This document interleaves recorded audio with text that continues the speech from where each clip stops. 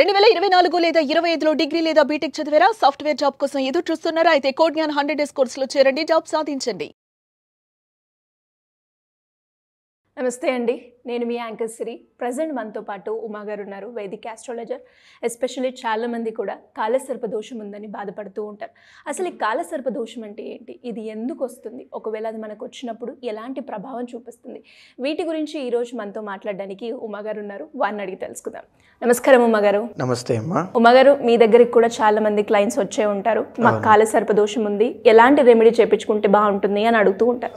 అసలు నిజంగా కాలసర్ప దోషం అంటే ఏంటి, అది ఉండడం వల్ల ఒక వ్యక్తికి ఎలాంటి ప్రభావం ఉంటుందంటారు? తప్పకుండా అమ్మా.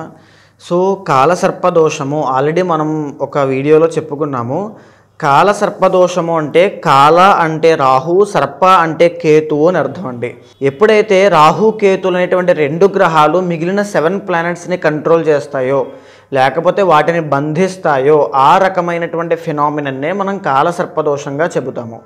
ఉదాహరణకి ఎవరి యొక్క జన్మకుండలి జన్మ జాతకంలోనైనా రాహుకేతువుల మధ్యలో 7 గ్రహాలు, మిగిలినటువంటి రవి, చంద్ర, బుధ, కుజ, శుక్ర, రాహు, శుక్ర, శని అనేటువంటి గ్రహాలన్నీ కూడా మిగిలిన 7 గ్రహాలు బంధించబడి ఉంటే ఒక సర్కిల్లో కనుక మిగతా హాఫ్ అంతా కూడా మనకి ఖాళీగా కనబడుతూ ఉంటే కాలసర్పదోషం ఉంది అని చెప్పి మనం ఈజీగా గుర్తించవచ్చు. అయితే కాలసర్పదోషం ఉన్న వాళ్ళు ఒకవేళ చూసేటువంటి వాళ్ళకి కాలసర్పదోషం ఉందా లేదా అనేటువంటి ఆలోచన, మీకు ఆ సందేహం ఉంటే కనుక అసలు క్యారెక్టరిస్టిక్స్ ఎలా ఉంటాయండి, వాటిని ఎలా గుర్తించాలి? కాలసర్పదోషం ఉన్న వాళ్ళని మనం గమనించాలి, గుర్తించాలనుకుంటే కనుక అండి, కాలసర్పదోషం ఉన్న వాళ్ళకి జనరల్గానే కోపము అనేటువంటిది అధికంగా ఉంటుంది. అండ్ రెండవది వెరీ సెన్సిటివ్ పర్సనాలిటీస్గా ఉంటారు, అండ్ ఎమోషనల్ పర్సనాలిటీస్గా ఉంటారు. అంటే ఒక మాట అంటే తీసుకోలేకపోవడం, లేకపోతే పడకపోవడం, కొంచెం ఈగో ఆర్ యాటిట్యూడ్ అని కూడా మనం చెప్పవచ్చు. కొన్ని సందర్భాల్లో ఏంటి అంటే నా తప్పు లేనప్పుడు నేనెందుకు తగ్గాలి, నా తప్పు లేనప్పుడు నేనెందుకు సారీ చెప్పాలి, నువ్వెందుకు నాకు చెప్పాలి, నీ మాట నేను వినడం ఏంటి అనేటువంటి ఒక ఆవేశపూరితమైన భావనకి కూడా లోనవుతూ ఉంటారు. ఎమోషనల్లీ బాగా కనెక్టెడ్ అండి. అంటే ఎవరికైనా సరే, ఎవరైనా వీళ్ళకి మంచి చేస్తే తిరిగి వాళ్ళకి మంచి చేసేంత వరకు వీళ్ళు వదిలిపెట్టరు. అంటే మీకు అర్థమైంది ఏంటంటే ఎక్స్ట్రీమ్గా అతి మంచితనము అనేటువంటిది వీళ్ళకు ఉంటుంది. అతి మంచితనం, దాని మూలానే వీళ్ళు మోసపోతారు. ఎవరూ మోసం చేయాల్సిన పని లేదు, వీళ్ళే మోసపోతారు బికాజ్ అతి మంచితనం ఉండడం మూలాన. అండ్ ఇంకా చెప్పాలి అంటే డబ్బు అనేటువంటిది విపరీతంగా ఖర్చు అయిపోతాయి. డబ్బు నిలబడదు. 100 కోట్లు సంపాదించినా, 1000 కోట్లు సంపాదించినా వచ్చినట్టుగా వెళ్ళిపోతాయి తప్ప రూపాయి కూడా ఆగదు. బాగా చెప్పాలి అంటే కాలసర్పదోషం ఉన్న వాళ్ళు ఎలా ఉంటారంటే, ఒక హై లగ్జరీ కార్లో స్విట్జర్లాండ్ ట్రిప్కి వెళ్ళి సరదా తిరుగుతూ ఉంటాడు, కానీ మనిషి మనసు మాత్రం ప్రశాంతత ఉండదు. అన్నీ ఉంటాయి లైఫ్లో, డబ్బు, ఈ యొక్క సంపదలు అన్నీ ఉంటాయి, పరివారములు, గౌరవ మర్యాదలు, కానీ ప్రశాంతత మాత్రం ఉండదు. ఇది కాలసర్పదోషానికి ఉండేటువంటి బేసిక్ సిమ్టమ్ అండి. అండ్ ఇంకా చెప్పాలి అంటే మీరు బాగా చూడండి, కాలసర్పదోషం ఉన్నటువంటి వ్యక్తి కనుక ఎవరికైనా అప్పుగా డబ్బు బయటకు ఇచ్చారంటే అవి తిరిగి రావు, ఆగిపోతాయి. అంటే మొహమాటం అవ్వచ్చు, లేకపోతే ఏ కారణం చేతైనా మళ్ళీ తిరిగి రావు. సహాయంగా ఇచ్చినా, అప్పుగా ఇచ్చినా తిరిగి రావు. ఏంటి అంటే కాలసర్పదోషం ఉన్న వాళ్ళని బయటికి కనబడడం వాళ్ళు గంభీరంగా, లేకపోతే కొంచెం ఈ యొక్క పొగరున్న వాళ్ళగా అరోగెంట్గా కనబడుతూ ఉంటారు, కానీ అంటే చాలా మంచివాళ్ళు లోపల ఏమి ఉండదు. కల్మషం లేనటువంటి వ్యక్తులు కాలసర్పదోషం ఉన్నటువంటి జాతకులుగా మనం చెప్పచ్చు. ఏంటి అంటే వాళ్ళు స్ట్రైట్ ఫార్వర్డ్గా మాట్లాడడం, అవన్నీ ఖచ్చితనం, అది అతిగా ఉండడం మూలాన ఎవరికి నచ్చకపోవడం, 10 మందిలో 10 మంది నవ్వుకుంటూ ఉంటే వీళ్ళు మాత్రం సాడ్గా ఉంటారు. ఇంకా ఈజీగా చెప్పాలంటే కాలసర్పదోషం ఉన్న వాళ్ళకి మూడ్ స్వింగ్స్ అనేటువంటివి చాలా ఎక్కువ ఉంటాయండి. ఫ్యాంటసీస్ ఎక్కువ ఉంటాయి, ఎక్స్పెక్టేషన్స్ చాలా ఎక్కువ ఉంటాయి. అంటే పొద్దున్న ఒక ఆలోచన, సాయంత్రం ఒక ఆలోచన, స్టేబిలిటీ, కన్సిస్టెంట్గా ఉండలేరు అనమాట. అండ్ దీని మూలానే కాలసర్పదోషం ఉన్న వాళ్ళకి రిలేషన్లో బ్రేక్స్ అనేటువంటివి ఎక్కువ అవుతాయి. అది లవ్ అవ్వచ్చు, లేకపోతే ఏ రిలేషన్ అయినా సరే, ఫ్రెండ్షిప్ కూడా అవ్వచ్చు. బ్రేక్స్ అనేటువంటివి, మిస్అండర్స్టాండింగ్స్, మిస్కమ్యూనికేషన్. కాలసర్పదోషం ఉన్నప్పుడు మనం రిలేషన్షిప్ లో ఎక్కువగా ఇష్యూస్ వచ్చే అవకాశం ఉందంటారు. ఖచ్చితంగా చాలా జాగ్రత్తగా రిలేషన్షిప్ని కాపాడుకోవాలండి. అంటే అందరికీ అని కాదు, కాలసర్పదోషంలో 12 రకాలు ఉంటాయండి. ఈ 12 రకాలు ఈ యొక్క రాహు కేతుల యొక్క ప్లేస్మెంట్స్ మీద ఆధారపడి ఉంటుంది. అందులో కొన్ని రకాలకైతే మీరు నమ్మరు, చేసుకున్నటువంటి సంవత్సరం తిరిగే లోపు డైవర్స్ అయిపోతుంది. అంత ఎఫెక్ట్ ఉంటుందంటారా? అంత ఎఫెక్ట్ ఉంటుంది. మరి దానికి పరిహారం కూడా ఉంటాయి. అంటే చార్ట్ చూసిన తర్వాత ఉంటాయి. కొంతమందికి మీరు బాగా చూస్తే 33 సంవత్సరాలు వచ్చేంత వరకు పెళ్లి కాదు. అవునవును. కాలసర్ప దోషానికి 33 సంవత్సరాలకి ఒక లింక్ ఉంటుందండి, ఒక మార్క్ అనమాట. 33 సంవత్సరాల వరకు లేట్ సెటిల్మెంట్, లేట్ మ్యారేజ్, ఎవరికైనా లేట్గా సంతానం కలగడం. ఆర్ బాగా గమనించండి, గర్భం పోతోంది అంటే అబోర్షన్స్ అవుతున్నాయి లేదా మిస్క్యారీస్ అవుతున్నాయి అనుకునేటువంటి వాళ్ళకి కాలసర్పదోషం యొక్క ఎఫెక్ట్ ఉంటుంది. ఇదేంటి అంటే 5వ రకము పద్మ అని పిలువబడేటువంటి కాలసర్పదోషంలోకి వస్తుంది అనమాట. అసలు 12 రకాలు అన్నారు కదండి, అవేంటి ఉమాగారు? ఫస్ట్ది ఏంటంటే అండి, అన్నిటికంటే అనంత అని పిలువబడేటువంటి కాలసర్పదోషం. రెండవది గుళిక అని పిలువబడేటువంటి కాలసర్పదోషం.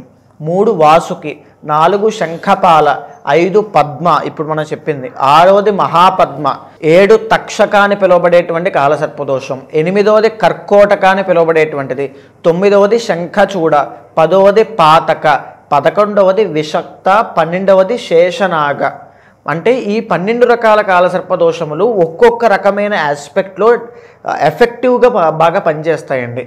అంటే ఒక్కొక్క వ్యక్తికి పెళ్ళయ్యాక కంప్లీట్ డైవర్స్ అయిపోతుంది, ఒక్కొక్క వ్యక్తికి సంతానం అసలు కలగదు, ఫెర్టిలిటీ ప్రాబ్లమ్స్ వస్తాయి, నపుంసకత్వం కూడా కాలసర్పదోష లక్షణం. అర్జునుడికి కూడా ఈ కాలసర్పదోషం ఉండడం మూలానే ఆయనకి శాపము కలగడం, అది ఈయన జ్యోతిష్ చక్రంలో కనబడడం, ఈయన ఏదైతే బృహన్నల ఉంటుందో సో అదంతా కూడా ఈ కాలసర్పదోషం యొక్క ప్రభావము. జూదంలో ఓడిపోయినటువంటి ధర్మరాజుకి కూడా కాలసర్పదోషం ఉంది. అందుకే ఆయన తండ్రిని పోగొట్టుకోవడం చిన్న వయసులో, తరువాత అడవిలు బాట పట్టడం, ఇవన్నీ కూడా కాలసర్పదోషం యొక్క లక్షణాలు. సో ఆల్రెడీ మనం మాట్లాడుకున్నాం ఇవన్నీ కూడా. సో ఇక్కడ ఏంటి అంటే ఆ రకమైన కాలసర్పదోషానికి ఆ రకమైన ఎఫెక్ట్ ఆస్పెక్ట్లో చాలా డీప్గా ఎఫెక్ట్ ఉంటుంది. మిగిలిన క్యారెక్టరిస్టిక్స్ అన్నీ కూడా కామన్గా ఉంటాయండి. అంటే బాగా ఎలా చెప్పాలి అంటే మీకు ఓవర్ థింకింగ్ అంటాం కదా, సో ఓవర్ థింకింగ్ అనేటువంటిది చాలా ఎక్కువ ఉంటుంది వీళ్ళకి. Negative thinking, anxiety issues, depression కానీ ఇవన్నీ చాలా ఎక్కువ ఉంటాయి. సో దీనివల్ల ఏంటి తండ్రిని పోగొట్టుకోవడం చిన్న వయసులో, ఇవన్నీ కూడా చాలా ఎక్కువగా ఫేస్ చేయడం. అంటే ఏముండదండి, వీళ్ళు కాలసర్పదోషం ఉన్నటువంటి జాతకాన్ని మనం విశ్లేషణ చేస్తూ ఉంటే ఒకవేళ ఫర్ సపోజ్ వాళ్ళ యొక్క చార్ట్లో చంద్రమంగళ యోగం కానీ, గజకేసర యోగం కానీ, బుధ ఆదిత్య యోగం కానీ ఏమైనా మంచి యోగాలు ఉన్నాయనుకోండి, రాజయోగాలు, కాలసర్పదోషం యొక్క ఎఫెక్ట్ తగ్గుతుంది. ఇక్కడ ఏమీ యోగాలు లేకుండా ఉన్నటువంటి గ్రహాలన్నీ కూడా త్రికస్థానములు అంటాము. అంటే దుష్ట నీచ శత్రు స్థానముల్లో కనుక ఉన్నటువంటి గ్రహాలన్నీ ఉంటే ఈ కాలసర్పదోషం ఇంకా ఎఫెక్టివ్గా పనిచేస్తుంది. అంటే ఆ వ్యక్తిని ఇంకా నిండా ముంచేయడానికి ఎక్కువగా పరిస్థితులు ఉంటాయి. అండ్ అలాగే కాలసర్పదోషం అన్నారు కాబట్టి మనకి శని, అష్టమ శని ఇలా అయితే ఎన్ని రకాలు ఉన్నాయో ఇందులో కూడా రకాలు ఉన్నాయని చెప్పారు. శని మనకి మంచి చేస్తుంది, చెడు చేస్తుంది. మళ్ళీ అలాగే ఈ కాలసర్పదోషం కూడా మనకి మంచి చెడు అన్నట్టు ఉంటుందా, లేదు అంటే నెగిటివ్ ఎఫెక్టే ఎక్కువ? అంటే దీన్ని 2 రకాలుగా పిలుస్తారండి, కాలసర్ప యోగము, కాలసర్ప దోషము అని 2 విధాలుగా ఉంటుంది. యోగము అనేటువంటి విషయం ఇప్పుడు చూడండి, కాలసర్పదోషం ఉన్న వాళ్ళు చాలా మొండి, పట్టుదల, అసలు అనుకున్నది అయిపోవాలి, నా పనే ముందవ్వాలి, నాది ఎందుకు అవ్వకూడదు అనేటువంటి ఒక రకమైనటువంటి హైలో ఉంటారనమాట. దాన్ని ఒక గమ్యం వైపు మీరు పెట్టగలిగితే, మీ యొక్క అలవాటుల్ని, మీ యొక్క బిహేవియర్ని ఒక గమ్యం సాధించడం కోసం పెట్టగలిగితే మనిషి ఎక్కడికో వెళ్తాడు. అనవసరమైన విషయాల మీద పట్టుదల పెట్టి అనవసరమైన వ్యసనాలకి కూడా అలవాటు పడేటట్టు చేసుకుంటే అధోగతి పాలైపోతాడు. ఇక్కడ ఆ దేని మీద అతను కాన్సన్ట్రేట్ చేస్తున్నాడు అనేటువంటిది మిగతా చార్ట్లో ఉండేటువంటి గ్రహాల యొక్క దాని మీద ఆధారపడి ఉంటుంది, ఆ యోగాల మీద కానీ దాని మీద కానీ. ఉమాగారు, వాసుకి కాలసర్పదోషం ఇది ఎలా ఉంటుంది? దీని ప్రభావం ఒక వ్యక్తి మీద ఇది పడ్డప్పుడు ఎలాంటి ఎఫెక్ట్ చూసే అవకాశం ఉందంటారు? ఇది 3వ రకం అండి. వాసుకి కాలసర్పదోషం అనేటువంటి దాన్ని ఎలా గుర్తించవచ్చు అంటే 3వ స్థానంలో రాహు ఉన్నప్పుడు, 9వ స్థానంలో కేతు ఉన్నప్పుడు, దీని మూలాన ఖచ్చితంగా మనం వాసుకి కాలసర్పదోషం ఉందని గుర్తించవచ్చు. దీని వలన ఏం జరుగుతుంది అంటే సోదరుల వల్ల, బంధువుల వల్ల తగాదాలు, గొడవలు, ఆస్తి నష్టాలు, ఆస్తి తగాదాలు ఇవన్నీ ఈ యొక్క వాసుకి కాలసర్పదోషం వలనే కలుగుతూ ఉంటాయి. చూస్తే మన యాన్సిస్టర్ ప్రాపర్టీస్ రాక కోర్టులో వేసుకుని ఆ గొడవలు తగాదాలు ఇరుక్కుని ఎన్నో సంవత్సరాలుగా ఇబ్బంది పడుతున్న వాళ్ళు చాలామంది ఉంటారు. అది వాళ్ళకి వాసుకి అని పిలువబడేటువంటి కాలసర్పదోషం వాళ్ళకి ఉండవచ్చు. తప్పకుండా. అయితే ఇంకో విషయం ఏంటి అంటే చాలా మందికి ఉద్యోగంలో పదోన్నతి కలగక, అంటే ప్రమోషన్ రాక ఉద్యోగం ఊడిపోతుందేమో, నేను ఎప్పటి నుంచో ఇక్కడే సర్వీస్ చేస్తున్నానండి, 20 years అయింది, నా జీతం పెరగల, నాకు ప్రమోషన్ రాల, నన్ను గుర్తించట్లా, ఇప్పుడు మా బయటికి వెళ్ళిపోతే నన్ను ఇబ్బంది పెడుతున్నారు, అంటే కెరీర్లో నన్ను టార్చర్ చేస్తున్నారు అనేటువంటి ప్రభావాలు ఉంటాయి. అది వాసుకి అని పిలువబడేటువంటి కాలసర్పదోషం వల్ల కలుగుతుంది. అదేవిధంగా అన్నిటికంటే ఇంపార్టెంట్ ఏంటంటే నాస్తికత్వము. అంటే ఏంటండి? అంటే దేవుడిని నేను నమ్మను, పూజలు నేను చేయను, దేవుడు పుట్టిస్తే నేను పుట్టలేదు, ఇలాంటి తత్వంతో ఒక రాంగ్ ఫిలాసఫీ, రాంగ్ డైరెక్షన్లోకి వెళ్ళి మాట్లాడుతూ ఉంటారు చాలామంది. పురాణాలని, శాస్త్రముల్ని వ్యతిరేకిస్తూ మాట్లాడుతూ ఉంటారు. ఈ సర్పదోషం ఉండడం వల్ల ఇలాంటి ఎఫెక్ట్స్ చూస్తాం. నాస్తికత్వం కూడా వాసుకి కాలసర్పదోషం వల్లనే కలుగుతుంది. సో వాళ్ళు ఎంత చేసినా కాలసర్పదోషం కోసం పూజలు చేసుకో లేదా ఆ సుబ్రహ్మణ్య స్వామికి నమస్కారం చేసుకోనా వాళ్ళు చెయ్యనివ్వదు కూడా. ఎందుకంటే ఆ కర్మదోషము అనేటువంటిది వాళ్ళని అనుభవించకుండా, వాళ్ళని పూజ చేయనివ్వకుండా ఆపుతుంటుంది. అంటే ఎలాంటి రెమెడీ చేసుకోవచ్చు అంటారు? ఈ వీళ్ళకి చేయాల్సింది మహాసుదర్శన పాశుపత పూర్వక సర్పశాంతి అనేటువంటిది తప్పకుండా ఆచరింప చేయాల్సిందేనండి. అయితే దీంతో పాటుగా వీళ్ళు ఏదైనా చేసుకోవాలి అనేటువంటి మంత్రం కానీ ఏదైనా చేసుకోవాలి అనుకుంటే కనుక వీళ్ళు ఇంపార్టెంట్గా చేయాల్సింది సుబ్రహ్మణ్య స్వామి యొక్క ఆరాధన. ప్రతి మంగళవారము స్వామికి ఎర్రటి పుష్పములు, ఎర్రటి వస్త్రము, ఎర్రటి పళ్ళు, దానిమ్మ పళ్ళు లేకపోతే యాపిల్ కానీ ఏదైనా సరే ఆ పళ్ళు కానీ స్వామికి, సుబ్రహ్మణ్య స్వామికి సమర్పించి అలాగ 6 మంగళవారములు మానకుండా కనుక చేసినట్లయితే అభిషేకం కానీ, అర్చన కానీ, హోమము కానీ, సుబ్రహ్మణ్య హోమం కానీ, లేదా ఇవేమీ చేయడానికి ఇబ్బంది ఉన్నప్పుడు మహాసుదర్శన పాశుపత పూర్వక సర్పశాంతి ఆచరించినట్లయితే ఖచ్చితంగా ఈ కాలసర్పదోషం నుంచి బయటకు వస్తారు. అండ్ రెండవది, ఎంత వచ్చినా ఎంత చేసినా వీళ్ళకి ధరించాల్సినటువంటి ఒక జెమ్ స్టోన్ ఏమిటి అంటే వైడూర్యము, గోమేధికము రెండూ కలిపి ఒకే ప్లేట్లో ఉండేటువంటి ఉంగరంగా కానీ లాకెట్గా కానీ వేసుకున్నట్లయితే ఉన్నటువంటి తగాదాలు, సమస్యలు, ఆ కెరీర్లో ఉండేటువంటి కావాల్సిన గ్రోత్ కూడా ఆ జెమ్ స్టోన్ ధరించిన తర్వాత ఆ యొక్క పూజ మహిమ వల్ల ఆ శాపము తొలగిపోయి ఆ కర్మ ప్రాయశ్చిత్తం అయ్యి ఆయనకు ఉన్నటువంటి రాజయోగాలు అప్పటి నుంచి పనిచేస్తాయి. మరి మీరు అన్నట్టుగానే చాలా మంది కూడా, అంటే కొంతమంది పూజ చేయించుకోవడానికి ప్రిఫర్ చేస్తే ఇంకొందరు ఇంటి నుంచి ఏమైనా రెమెడీ ఉందా అని అనుకుంటారు.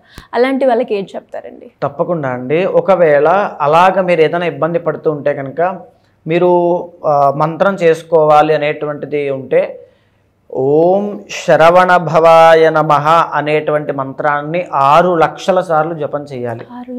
6 లక్షల సార్లు. సమయం అంటే బ్రహ్మ ముహూర్తము లేదా ఉదయము, ప్రతిరోజు ఏ రోజైనా ఉదయము 9:30 నుంచి 11 మధ్యలో, ఈ 2 సమయాల్లోనూ చేసుకోవచ్చు. 6 లక్షల పాటు భక్తి శ్రద్ధలతో స్వామిని పగడపు మాల కానీ లేకపోతే స్ఫటికమాల కానీ రుద్రాక్షమాల కానీ జపమాలగా పెట్టుకుని ఓం శరవణ భవాయ నమః అని 6 లక్షలు చేస్తే ఈ దోషం తప్పనిసరిగా తొలగిపోతుంది. సో మరి అలాగే మరి ఇంట్రెస్ట్ ఉండి ఎవరైనా కూడా పూజ చేయించుకోవాలి, దీని నుంచి బయటపడాలి అనుకునే వాళ్ళు ఎలా అప్రోచ్ అవ్వాలి మిమ్మల్ని? తప్పకుండా అండి. అలాంటి వాళ్ళు ఎవరైనా ఉంటే కనుక మీకు కింద కనిపించే నెంబర్కి కాల్ చేస్తే మా వాళ్ళు మీకు పూర్తి వివరాలు అందిస్తారు. అంటే కాలసర్పదోషం అనేటువంటిది ఉండగా కూడా సక్సెస్ అయిన వాళ్ళు చాలామంది ఉన్నారు.